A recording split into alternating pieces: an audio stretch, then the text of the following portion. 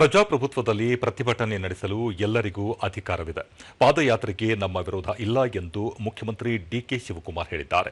ಬೆಂಗಳೂರಿನಲ್ಲಿಂದು ಸುದ್ದಿಗಾರರೊಂದಿಗೆ ಅವರು ಬಿಡದಿ ಉಪನಗರ ಯೋಜನೆ ವಿಷಯದಲ್ಲಿ ವಾಸ್ತವಾಂಶಗಳನ್ನು ಜನರ ಮುಂದಿಡುತ್ತೇವೆ ಎಂದಿದ್ದಾರೆ. ಇದೇ ತಿಂಗಳ 13ರಿಂದ ಆರಂಭವಾಗಲಿರುವ ವಿಧಾನಮಂಡಲ ಅಧಿವೇಶನದಲ್ಲಿ ಉಪನಗರ ಯೋಜನೆಯ ಬಗ್ಗೆ ವಿರೋಧ ಪಕ್ಷಗಳು ಚರ್ಚೆ ಮಾಡಲಿ ಎಂದು ಸಲಹೆ ನೀಡಿದ್ದಾರೆ.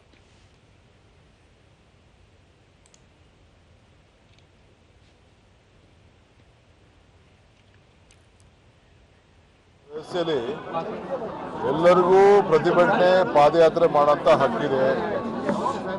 ಪಾಪ ಅವರು ಏನು ಬೇಕಾದ್ರೂ ಮಾಡಲಿ, ನಮ್ದೇನು ಅದಕ್ಕೇನು ಅಭ್ಯಂತರ ಏನಿಲ್ಲ. ಸತ್ಯ ಯಾರು ಮುಚ್ಚಿಡಕ್ಕಾಗಲ್ಲ. ಸತ್ಯ ಏನಿದೆ ಅದನ್ನು ನಾವು ಕೂಡ ಬಿಚ್ಚಿಡಲಿಕ್ಕೆ ಪ್ರಯತ್ನ ಮಾಡ್ತೀವಿ.